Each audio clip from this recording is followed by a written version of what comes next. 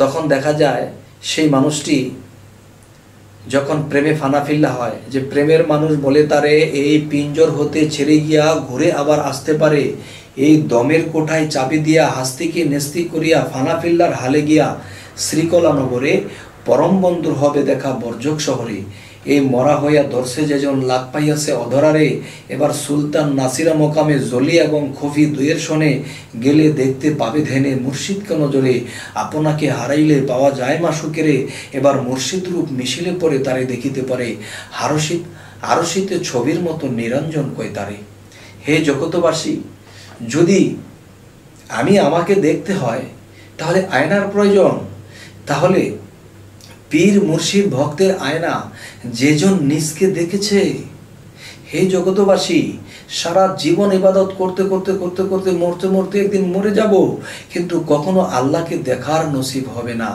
তখনই কি করতে হবে?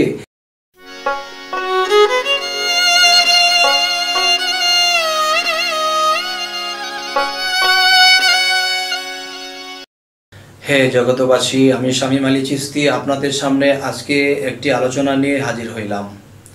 সেই আলোচনাটি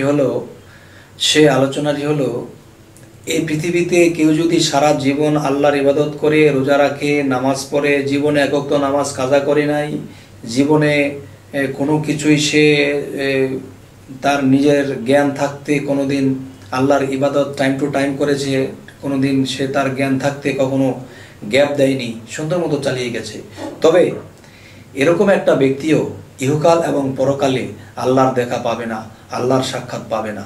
আল্লাহর দেখা পাবে না এই কারণেই যে দেখেন, এই পৃথিবীতে যে কেউ যদি আল্লাহর ছোট 7 বছর বয়স থেকে নামাজ পড়তে পড়তে 40 বছর 50 বছর কাটাইয়া দিলেন, কিন্তু কখনো আল্লাহর সাক্ষাৎ পাননি, তবে এই ব্যক্তিটি ইহকাল এবং পরকালেও আল্লাহর সাক্ষাৎ পাবেন না। কেন পাবেন না? যে একটা কথা আছে যে প্রকাশ্যে মানব ছবি গুপ্ত নিরঞ্জন, প্রকাশ্যে মানব ছবি গুপ্ত নিরঞ্জন। যেমন প্রকাশ্যে একটা জিনিস বুঝতে হবে যে আমার ঘরে একটি আয়না আছে, তখন সে আয়নার দিকে যখন আমি তাকাইছি তখন কিন্তু আমার নিজের চেহারাটা দেখা গেছে। এখন দেখা গেছে যে আয়নার পিছনে কোনো পায়রা বা রং দেওয়া নেই, যার ফলে আমার ছবিটা দেখা যায় না। তখন কি হয়, সে আয়নার পিছনে পায়রা কিংবা রংটা দিলে পরে আমার ছবিটা ভেসে ওঠে। তাহলে দেখা যায় যে প্রকাশ্যে মানব ছবি গুপ্ত নিরঞ্জন। গুপ্ত নিরঞ্জন মানুষের মধ্যে গোপনে বাস করে, আর তাকে দেখতে হলে আয়নার প্রয়োজন। সে আয়নাটি কি? সে আয়নাটি হলো মুর্শিদ। যখন আমি মুর্শিদকে দেখব, মুর্শিদকে ভালোবাসবো, মুর্শিদের দিকে তাকাবো, তখন আমি যখন প্রেমের নজরে তাকে তাকাবো, তখন কি হবে? তখন তাকে দেখে চোখের পানি ঝরবে, তখন তাকে আমি ভক্তির সাথে ভক্তি দিয়ে বাড়িতে চলে গেলাম, ভিতরে জিকির রাখলাম, তখন কি হয়? তখন দেখা যায় সেই মানুষটি যখন প্রেমে ফানাফিল্লা হয়, যে প্রেমের মানুষ বলে তারে এই পিঞ্জর হতে ছেড়ে গিয়া ঘুরে আবার আসতে পারে, এই দমের কোঠায় চাবি দিয়া হাস্তিকে নেস্তি করিয়া ফানাফিল্লার হালে গিয়া শ্রীকলা নগরে পরম বন্ধুর হবে দেখা বর্জক শহরে, এই মরা হইয়া দর্শে যেজন লাগ পাইয়াছে অধরারে, এবার সুলতান নাসিরা মোকামে জলি এবং খফি দুয়ের শনে গেলে দেখতে পাবে ধ্যানে মুর্শিদকে নজরে, আপনাকে হারাইলে পাওয়া যায় মাসুকেরে, এবার মুর্শিদ রূপ মিশিলে পরে তারে দেখিতে পারে, আরশিতে ছবির মতো নিরঞ্জন কয় তারে। হে জগতবাসী, যদি আমাকে দেখতে হয় তাহলে আয়নার প্রয়োজন, তাহলে পীর মুর্শিদ ভক্তের আয়না যেজন নিজকে দেখেছে। হে জগতবাসী, সারা জীবন ইবাদত করতে করতে করতে করতে মরতে মরতে একদিন মরে যাব, কিন্তু কখনো আল্লাহকে দেখার নসিব হবে না। তখনই কি করতে হবে? এই জন্য আল্লাহ যুগে যুগে নবী রাসূলদেরকে পাঠাইছে। সেই নবী রাসূলদের কাছে অনেক মানুষ মুরিদ হয়েছে, বায়াত গ্রহণ করছে। তখন নবুয়ত যখন খতম হয়ে গেল, এখন আল্লাহ বেলায়েত চালু করে দিলেন, আর সে বেলায়েতের মধ্যে পীর আউলিয়ারা থাকবে। একজন পীরের স্রোত যখন একজন ভক্তে ধ্যানের সাথে আনবে এবং তাকে ভেবে যখন চোখের পানি ফেলাবে, প্রেমে ফানাফিল্লা হবে, আর সেই ফানাফিল্লার দেশ থেকে তখন সেই ফানাফিল্লার দেশ থেকে ঢেউয়ের তালে তখন সেই রূপটা ভেসে উঠবে। হে জগতবাসী, আজকের উদ্দেশ্য এটাই যে এই পৃথিবীতে কেউ যদি সারা জীবন আল্লাহর ইবাদত করে এবং মুর্শিদ না ধরে, তখন কখনো সে আল্লাহর অস্তিত্ব, আল্লাহর রূপ স্বরূপ দেখতে পাবে না। কেন দেখতে পারবে না? কারণ আমি একটা উদাহরণ দিলাম যে আয়না যদি সামনে না থাকে তাহলে আমার নিজের স্বরূপ যেরকম কখনোই দেখা যাবে না, তেমনি মুর্শিদ রূপকে যদি কেউ আয়না করতে না পারে, বায়াত হয়ে এবং তার দেওয়া সাধনা, তার দেওয়া কর্ম করতে হবে এবং মুর্শিদকে যখন আয়না বানাবে তখন সেই আয়নার মধ্যে ময়না আসবে, সে ময়না কথা বলবে, সে ময়না আপনার খাঁচায় বন্দি, কিন্তু সে তাকে আপনি যখন আপনার খাঁচা থেকে মুক্ত করতে পারবেন সাধনা দ্বারা, তখন আপনি নিজেও মুক্ত হয়ে যাবেন। তখন কি হবে? তখনই দেখবেন যে সে আর আপনি, আপনি আর সে দুয়ে মিললে একাকার। ঠিক তেমনি করে আমরা মুর্শিদ রূপে যখন প্রেমে ফানাফিল্লা হবে, তখন মুর্শিদের রূপটা যখন আমার মধ্যে মিশবে, তখন দুটি স্রোত মিলে একটি স্রোত হবে।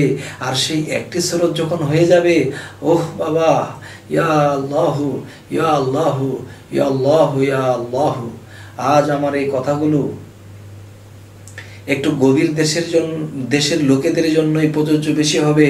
কারণ সাধারণ যারা আছে, যারা গুরু মুর্শিদকে পছন্দ করেন না, যারা গুরু মুর্শিদের কথা শুনতে পারেন না, তারা মূলত কোরআন বোঝেন না।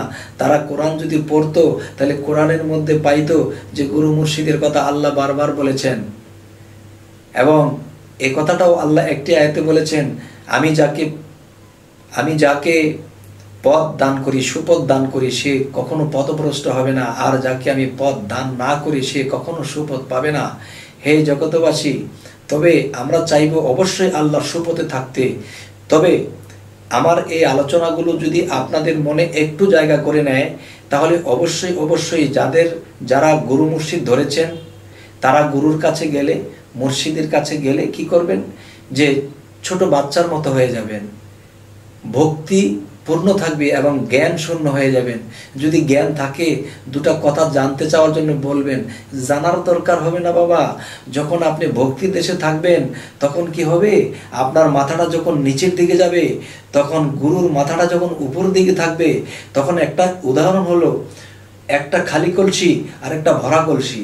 এখন দুটো কলসি যদি সমানে রাখা হয়, তাহলে এই কলস থেকে এই কলসে কখনো পানি আসবে না। আর যখন একটা কলস খালি থাকে আর একটা ভরা থাকে, তখন একটা কলস যখন নিচে থাকে, তখন আরেকটা কলস কাত করলে সেই নিচের কলসে যাবে।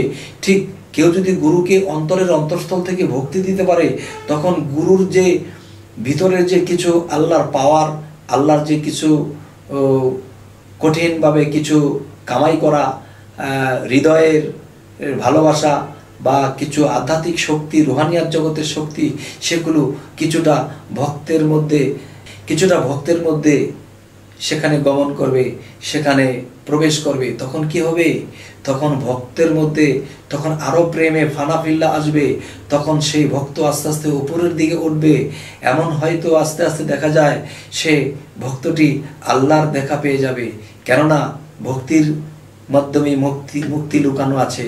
যত হবে ভক্তি, ততই তার প্রেমের শক্তি, এরপরে আল্লাহ তার ভাব করে দেবে মুক্তি। এই আত্মার মুক্তির জন্য এই পৃথিবীতে কত মানুষ ঘুরতেছে, পায় না, কত সাধনা করছে, পায় না। যখন সেই ভক্তি গুরুর চরণে দিয়ে দিয়েছে যে হে গুরু, আপনি তো গুরু নয়, হে গুরু আপনি তো শুধু পীর নয়, আমি আপনাকে পীর গুরু হিসাবে মানি না, আমি মানি আমার রাসূল আমার সামনে আছে।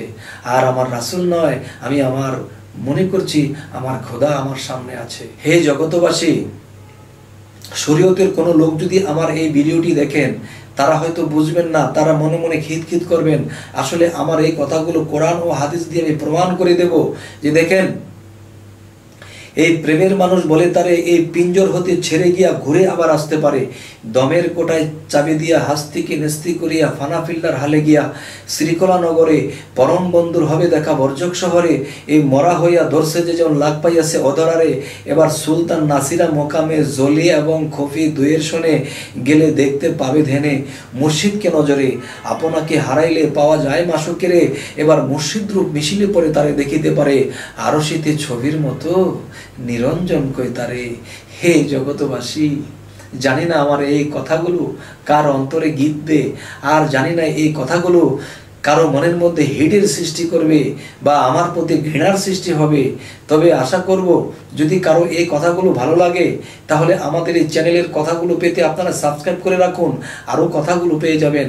আর যদি কেউ কারো খারাপ লাগে তাহলে আমাকে কমেন্টে জানাবেন আপনার এই কথাগুলো আমার ভালো লাগেনি। আমার ফোন নাম্বারটি দেওয়া আছে স্ক্রিনে, আমাকে যোগাযোগ করে বলবেন আপনার এই কথাটি ভালো লাগেনি। তাহলে বাবা আমার এই কথাগুলো কোরআন ও হাদিস দিয়ে আমি প্রমাণ দেওয়ার চেষ্টা করব। হে জগতবাসী, সকলের সামনে আজ এই কথাগুলো বলে রাখছি। কারো মনে যদি কষ্ট পায় তাহলে আপনারা কষ্ট নেবেন না এবং গীবত করবেন না, আমাকে জিজ্ঞাসা করবেন। আমাকে আল্লাহ যতটুকু তৌফিক দান করে আমি বলার চেষ্টা করব। তো আজ এই বলেই রাখছি, সকলেই ভালো থাকবেন। আল্লাহ হাফিজ।